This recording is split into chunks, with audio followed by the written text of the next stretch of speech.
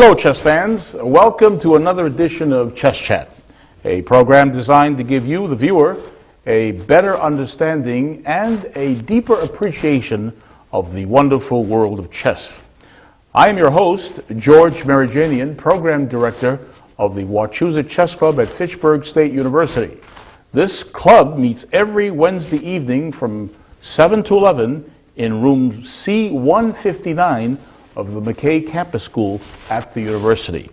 And with me, once again, is my trusty co-host and longtime colleague, Martin Lane of Lunenburg, one of the strongest and most active chess players in north central Massachusetts. Welcome, Marty. Hello, George. Good to see you again. Always a pleasure seeing you, Marty. Well, Marty, today we're going to focus our attention on a man who, at the age of 88, is still an active tournament chess player, but he is better known as a chess journalist. His name, Harold B. Dondis. Now, you must know something about Harold B. Dondis. I mean, I knew the name long before I never really met him, except I played him once in a tournament, and I lost to him in Marlborough, I think it was some years ago. But he was familiar because he's the columnist for the Boston Globe, the chess columnist.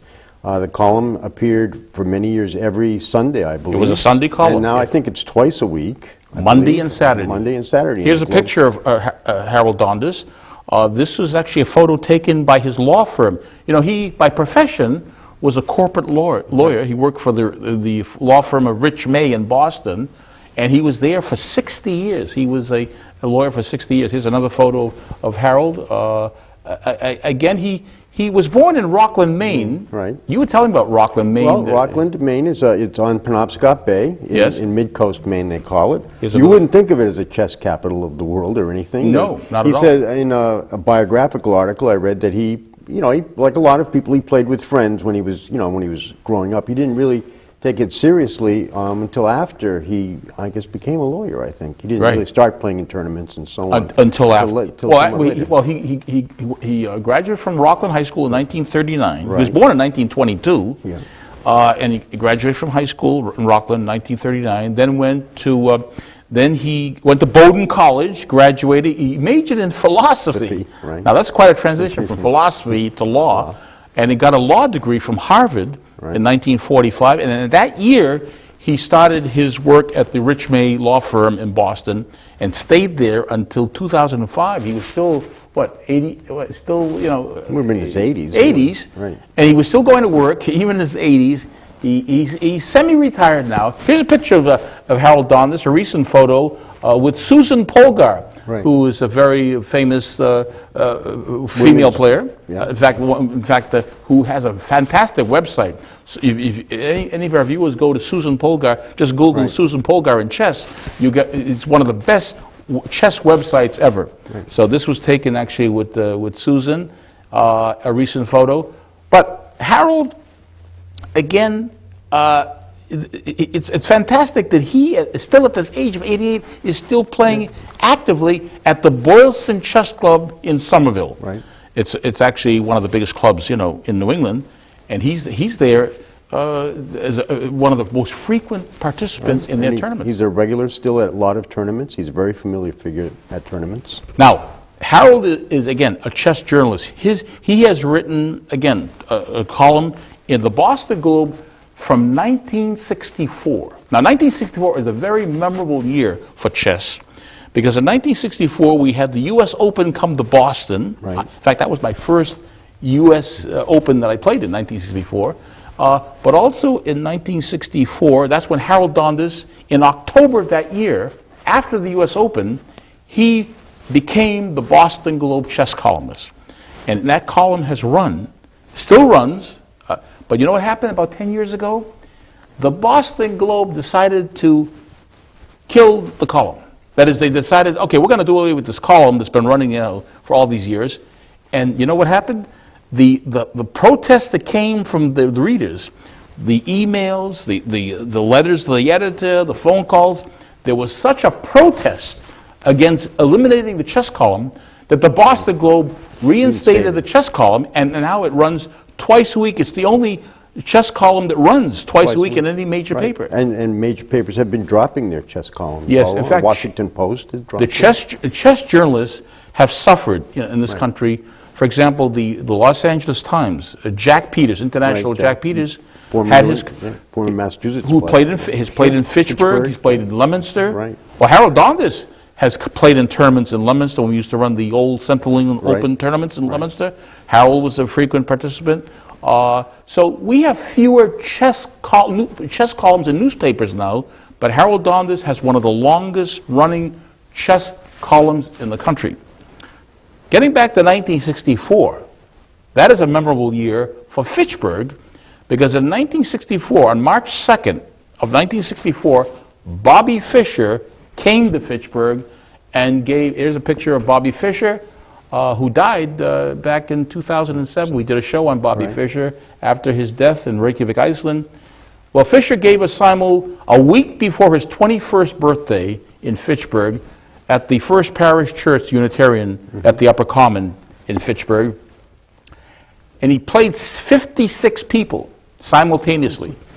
And he lost, of those 56 players, he did lose 5 games. And one of them was to Harold Dondis. And actually, that's a very memorable game because it's been published in a variety of sources. And we're going to present to our viewers today that game, that famous game from 1964 that Harold Dondis played against Bobby Fischer.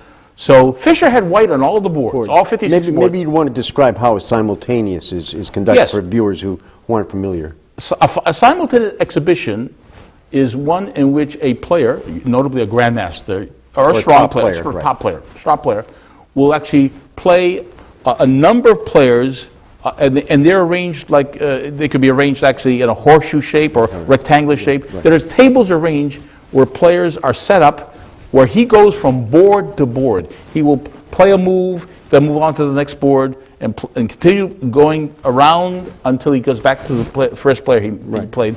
But he will have white pieces. He will have the white pieces on all the games, and the opponents cannot make their move until the simultaneous exhibitionist, the player, the player shows up at the board. Right, you cannot make a move while the exhibitor, the move. The player has to see the move at the table. So Fischer did this in 1956. And he played 56 players in this. Yes, he started at 8 o'clock. It was 8 o'clock start, and Fischer was finished by 20 minutes to midnight. So it took 4 hours. Close to 4 hours. Yes, So we're going to present this game that Harold Dondis won. So what did Fischer play for his first move in this game against Dondis? Well, no surprise. He played the pawn e2 to e4. Fischer almost invariably opened with the e pawn. On one occasion, he did open with the b3, but he almost always opened e2 to e4. That was his favorite. That was he. He believed in e4 as the best. He considered the best opening move. All right. So Harold Dondis, in response, played the pawn on e7 to e5. So he plays e5, which is a logical answer to e4. And this is what is known as a double king-pawn opening. So what did Fischer now play for his second move? Well, normally, if he was playing, almost always, again, excuse me, Fischer would open he would play the knight on g1 to f3. But in this case, he took the knight on b1 and played it to c3. Goes by the name of the Vienna game. The late world champion David Bronstein, who was world champion in the 1950s, described this move as not necessarily phlegmatic but thoughtful. So it doesn't threaten anything, but it's a playable move. Oh, certainly. It develops the knight. Does protect the e-pawn, even though that's not attacked. But it develops the knight. The diagonal for the bishop is open. The diagonal for the queen is open. It's a developing move. It leaves a lot of options open for white. Notably, playing the pawn on f2 to f4 is a possibility which is usually shut out if the knight plays to f3. So it reserves the option of white playing either f4 or some other move. So it holds back. So it's a flexible move. In fact, Don't you play, have you? I play this all the time. I frequently, I almost always open E2 to E4. And I have played this too. Yeah, we as have white. gone through this Yes. a number of times. Yes, you and I are both familiar with this Right. this Vienna. Again, it's the Vienna opening. Vienna game, Right. and again, it's very popular with Viennese players back in the 19th century. You'll find in some older chess books this opening known as the Hampa Right. opening, because there was a Swiss-born player who lived in Vienna, Right. whose name was Karl Hampa, who played this and popularized this, and other Viennese players took it up. And in some other chess books I have, refers to this as the Queen's Knight opening. Yeah, all right. That's an older opening. All right. So what did Dondis do? It's his second move. He has a number of choices here. He could also play Knight C6 as a Right. response. That's a good move. He could also could have played Bishop C5. Right. That's also a good move. But what Dondis played is probably the most logical move. He played Knight on G8 to F6. Right. So he comes out here, attacks the pawn on E4 because that's defended. But you know what black is threatening now? One of the threats is to play D5 as a right. follow-up. So that gives the possibility of D5 on the third move. All right, so what did Fischer do here? Well, the object of the opening is to develop your pieces, which means getting your pieces out onto effective squares. What he does is he takes the bishop on F1 and he plays it to C4. We've talked about this as being, it's on the diagonal right down to the F7 square. Yes, and look at the control it has on the D5. It stops black from playing D5. Right, and the reason that D5 is so critical for black, it's a freeing move. It gives black space. So white doesn't really wants to keep black, as restricted as he can. Okay. All right, so now Dondis on his third move could have played the bishop on F8 to C5, placing this bishop along a nice diagonal here. He could have also played the knight on B8 to C6. Right. That's also a good move. But what he did was something that all beginning players of chess should learn, is he played knight takes E4. Right. He takes a pawn which is defended. All right, so why is he doing this? He just won a pawn. Well, there are a couple of possibilities. The temptation for a lot of players might be to, say, I'll just take the knight. I take the knight on E4. Except the sacrifice. Right. Remember, black has just sacrificed the knight. Knight, right. All right. Now, why would black do that unless he has a good plan? The plan is to play D5, and now fork the two minor pieces, the knight and the bishop. Right. And white cannot save both of them. Can't save both of them. Trying to check this way isn't going to help because it'll just be blocked. Blocked with C6, right? So he can, probably the best thing for him to do is to come back, take the bishop back to D3, so that he can recapture with the bishop. So on the capture, D takes E4, Right. the bishop could take back on Right. this. All right, and white preserves the bishop, holds Right. on to the bishop. Yeah. Okay, all right, so that makes sense. All right, so in this position, all right, so what happens? We have this position. So that would happen if knight took E4. Right. Now, what happened here is that Fischer, on his move, did not take knight takes. No. By the way, why didn't Fischer consider playing bishop takes F7 first? Well, bishop takes F7 check, he could. and then after king takes F7, then white can take the knight. Right. All right, what happens here? Knight takes E4, and now we can play D5, Right. attack the knight. But you know what the problem with that move is? Well, yeah, there's a very sort of tricky little activity here. He takes the queen on D1, plays it to F3 check. Right. So now he can't block with the queen because the knight controls this F6 Right. square. So what if the king goes to G8 and tries to hide here? Well, he can hide, but there's now, something tactical now here. white can play the knight out to G5. Now he's threatening mate on F7. So but wait a black minute. But this knight is not protected. Right. But what is wrong with the queen now taking this unprotected knight on G5? Is that a mistake? Well, it is, because queen take pawn on D5 is checkmate. There's no way. Well, he could just Well, delay block- it. Right. he blocks it just for one blocks move. it one move, And then queen takes E6, and now it is it's checkmate. checkmate. Right. All right, so that's something tactical that all beginning players should learn to avoid that. All right, So where are we now here? I got to put the stuff back here. Right. Pawn back here, here. And we've just taken, and the right, the knight's here. yeah. Okay, so Okay. Fischer did neither. He did not take bishop Right. takes f7 check. He didn't take knight takes e4. Right. What he did 'Cause instead, there's one more resource, and that is a very aggressive move, queen from d1 out to h5.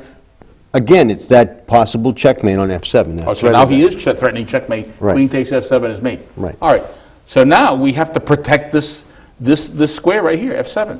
All right. So what Dondis plays is a very convenient defense. He plays knight on e4 back to d6 and simultaneously defends the pawn on f7, but at the same time attacks the bishop on c4. Right. All right. So a very useful move. Right. All right. So what does Fischer do now? Well, I mean, there are a couple possibilities. If he takes it, he could take this pawn with Yes, he check. could, right. But then it would result in a queen exchange. Yes, if you wanted to exchange queens, you just bring queen e7. Right, and it doesn't really we're gonna have accomplish queens. it. It doesn't really accomplish Yeah, anything. it doesn't do much. Yeah.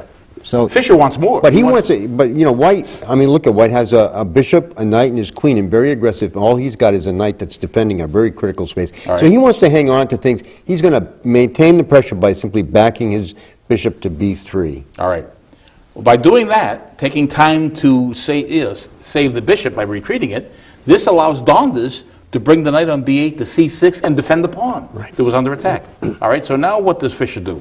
Well, there's the more popular move. The very popular move is to take this knight on c3 and play it to b5, threatening to take the knight that's defending that critical square with check, and then that would lead to checkmate. That leads to a whole series of complicating variations. In fact, Marty, have you and I not played we have this? gone through this a couple of times. Yes, we have played this, No. and this is known as the Frankenstein-Dracula variation. Right. Because It's not for the timid. You know. It's not for the timid. It's a very frightening variation to play. And again, you have to be very courageous to play this. But again, this is probably the most popular continuation in this position. But Fischer didn't play that? No, he played a very obscure move. Yes. He took the pawn on d2 and played it to d4, sometimes known as the Adams Gambit, I think. Yes, because there was a Massachusetts-born master by the name of Weaver Adams. He was born in Dedham, Massachusetts, and he recommended this move. The idea is to open up now for this bishop actually to be able to come out, but also we have now a double attack on the pawn here. But wait a minute. Dondis now, in response, when he saw d4 in this game, he now captured that pawn, not with the pawn on e5, but with the knight. So he plays knight takes d4. That was his move. Right. So now he's two pawns ahead now. He's 2 pawns ahead. Right. Now, So what does Fischer do here? Fischer could recapture one of those pawns right away. Right. Queen take pawn check, but again, it forces Or the force exchange, the knight yeah, all right. He could or actually the exchange of queens. Yes, he and could he'd bring be the a queen pawn here. up. Oh, yes, right. He could force the exchange of queens with 2 pawns ahead. That would be to your advantage. So there is nothing gained. In fact, it's a big disadvantage to take that do pawn. that. So what he does is he makes a kind of preparatory move, because he can take that pawn at some later point. He takes his knight on c3 and plays it to d5. Now he covers that e7 square. The queen can't go there now, otherwise it'll be lost. Oh, and now he is threatening to take the check, which would force the bishop to block. And then he can take the then g7. he takes this, yes, and this pawn is now going to be taken. Right. So what Dondis does after knight d5, he plays the knight back immediately. Right. Knight e6, so he goes back. He says, look, I'm not going to hold on to that pawn on e5, but I'm going to avoid this pawn being taken with check, forcing me to block with the bishop and losing my g-pawn. All right, so what does Fischer do here now? Now Fischer takes that pawn. He's still going to be a pawn down, but he regains one of his pawns. Okay. All right, so Dondis realized he's rather cramped here. These pawns are in the way of getting other pieces out. So he plays c6. He plays the pawn on c7, c6, attacks the knight and says, hey, knight, got to get out of there. Right. Well, now the knight has a few squares to go. He could come back to e3. He could come back to f4. It can't be taken with this knight because it's pinned against the king. Fischer and this coming back to knight 4 is probably been somebody's recommended it as being best. Yes, I've read that this is actually preferred, bringing the knight back to f4. Yeah. So, But Fischer didn't do that. Fischer brings it back to c3, and at least one commentator says it's worthy of consideration. So All right. Well, Dondis now is one pawn ahead. Again, Fischer got one of the pawns back, but he's still a pawn behind. So what Dondis did now, he played the queen on d8 to f6 and said, look, he's going to offer. He's offering the exchange of queens because he's a pawn ahead. Right, and it's going to ease up the pressure. I mean, it's going to, and Fischer takes the exchange. He's going to. Queen takes f6, right. And Dondis replies with g takes f6. So now, look what he has, though.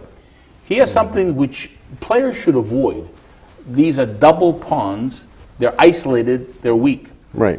But again, he's a pawn And the reason ahead. that they're weak is because they can't defend each other. Right. So because pawns that are side by side, they're the weakest pawns to have. Right. Isolated double pawns. Because a piece has to defend them. Another pawn can't. Right. All right. So what did Fischer do after this? Okay. After queen take, then he develops his other knight. He plays knight on g to e2. He could have played knight to f3. Yes, what's wrong with knight f3? I don't think there's anything really wrong with knight to f3. There's nothing wrong with knight f3. I think that would have, but I mean, this was also nothing wrong with it. He may have had his eye on these squares here. Okay, so what Dondis does here, he realizes this d pawn cannot move at all as long as this knight is occupying, d6 here. So he plays knight f5. Okay. So it gives him the opportunity to play d5 in the next move. At least that's a threat. Yeah. All right, so what does Fischer do after knight f5? Well, then he makes a move that really puzzled me a little bit. I guess I would have looked at maybe castling, maybe developing this bishop on c1. Right. Instead, he chooses to take the g pawn and plays it from g2 to g4 to kick that knight out from that square. But that's dubious. I think so. I don't see a real. That's questionable because now what Dondis did in response is take the knight on f5 and play it to d4 because it's protected by the knight on e6. Right. And now offering to exchange, either take the bishop or the knight. Right, and which is what Fischer does. He exchanges. Knight takes d4, all right. And Dondis replies with knight takes d4, okay. So now what does Fischer do now? He's still a pawn behind. Yeah, and he threatens the knight on d4 by playing bishop to e3. Okay, so he attacks the bishop. Now, Dondis could retreat, come back to e6. But he figures, we'll get rid of this bishop on b3. Right, that's a strong bishop. That's a strong bishop. Right. And actually, it's good to get rid of a bishop. Right. Trade. They're both minor pieces. Right. But let's trade one for the other. Knight takes b3. Now, how do we take back here? Well, the options are to take either with the c pawn or the a pawn. And generally speaking, the rule of thumb is you capture towards the middle. That's something good to learn. That's always a general. Not always, but most of the time. But in most of the cases, you always want to capture towards the center. And in this particular case, it opens up the rook file, and the bishop and the rook now are both attacking the a7 pawn. Oh, yeah. Oh, well, now we have a double attack on this on those a pawn on a7. All right. So what Dondis did now, to avoid that being captured, he could have played this pawn on a7 to a6. Right. That would have avoided that. That avoided the winning of the attack on this pawn. But instead, he played d5. Finally, he plays d5. He gets to open up his. And look what he's doing. He opens up that. At the same time, frees up. He's attacking that g4 pawn. That g pawn. Right now, that becomes a target. Right. Okay. So what does Fischer do now? So now he's 1, 2, 3, 4, 5, 6. He's down. He's still down a pawn. Right. One pawn. So he's going to recapture one pawn here. Okay. Rook takes e7. And first of all, it doesn't make any sense for Dondis now to go into a defensive mode. No. He's still a pawn. To bring the rook to b8 doesn't make any sense. He says, okay, I'm willing to exchange rooks. Rook takes a7 is Dondis' move, okay, and Fischer responds. Fischer recaptures, bishop take a7. And Dondis says, bishop takes g4. Right, there it is again. And he maintains he's still a pawn ahead after all these exchanges. All right, so what does Fischer do now after bishop takes g4? Okay, well, then he brings his bishop back to d4 to attack one of these isolated double pawns. Okay, so he's trying now to get his pawn back. All right, so this has to be defended. All right, now it would be this is not a good move to play the king up to defend here. No, that would be seriously. Yeah, because that impedes the development of this bishop here.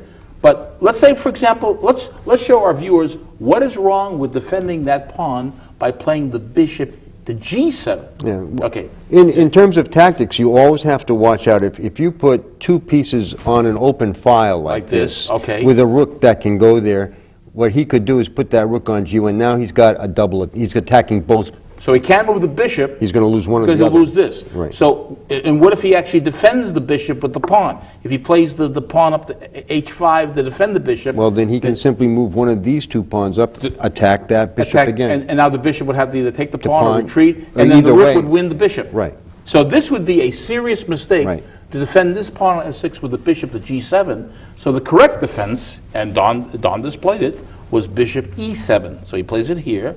Okay. So what did Fischer do now? Well, at this point, he could have done almost anything, and it would have been better than what he did play. Yeah. He could have tried to activate his knight coming out this way, maybe. Right, yes. Or come over this back, way. yeah. There could have done that. He could have played the Yes, bishop. attack the bishop immediately. Right, he could have done that. Instead, he played the king to D2, maybe with the idea of playing the rook to E1. Yes. Attacking that bishop and, I think that's what he maybe was planning. To vacate this square E1 for the rook to come over, pin this bishop, Right. and then with the threat of playing the bishop here to see or taking the knight. take it. or Oh yeah, taking right. the pawn, Oh yeah, rather. right. Sorry. Exactly. One Yeah, or the other.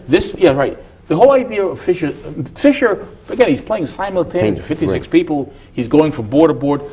I would assume that he was not spending too much time on each move. his board. No. So this is an oversight on his part. Right. Because after Fischer played King D2, what Harold Dondis played was C5. Right. Attacks the bishop. Attacks the bishop. And the bishop has only one square that he can go to.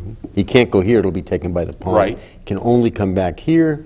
But Fischer didn't do that. No, he Fischer, resigned. he resigned right on the spot. Right. Because he realized he had made a mistake, and he had too much respect for Harold Dondis to continue the game. He could have actually continued the game a piece down, but he was not willing to do that. Now, do we have any kind of account of what the audience reaction was to Fischer resigning? Yes, we do. Now, there is a book that was written by international master John Donaldson. In fact, I will show this book now to our viewers. This was written in 1994, 30 years after the simultaneous exhibition. And Harold Dondis' game is in this book with notes. In fact, there are some brief notes by Harold Dondis on this. But there is some comments by Harold Dondis about the exhibition in Fitchburg. Can I read? Sure. I'll read to you and our viewers what Harold Dondis said about this exhibition. Again, the author, John Donaldson, Harold Dondis, chess columnist of long standing for the Boston Globe, had this to say about the exhibition in Fitchburg. He said, Fitchburg, site of the simul, that's what a simultaneous exhibition is called, is a mill town. He called it a mill town. It was in those days. To people outside the area, Fitchburg, it was a mill town. Yeah. Exactly. Fitchburg, the site of the simul, is a mill town which was quite wild about chess, and he was quite right about that. Because back in the 1960s, this was the hotbed of chess activity in the state. Right. So it was wild about chess. And as I recall, Fischer had asked for as many boards as possible.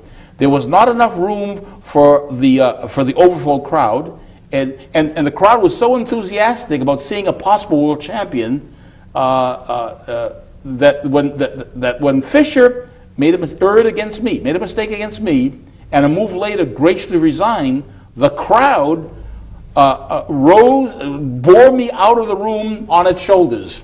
I've never seen that in chess. What the crowd did was pick Harold Dondis up and elevate him on their shoulders and carry him out the room at the First Church Unitarian Church in Fitchburg.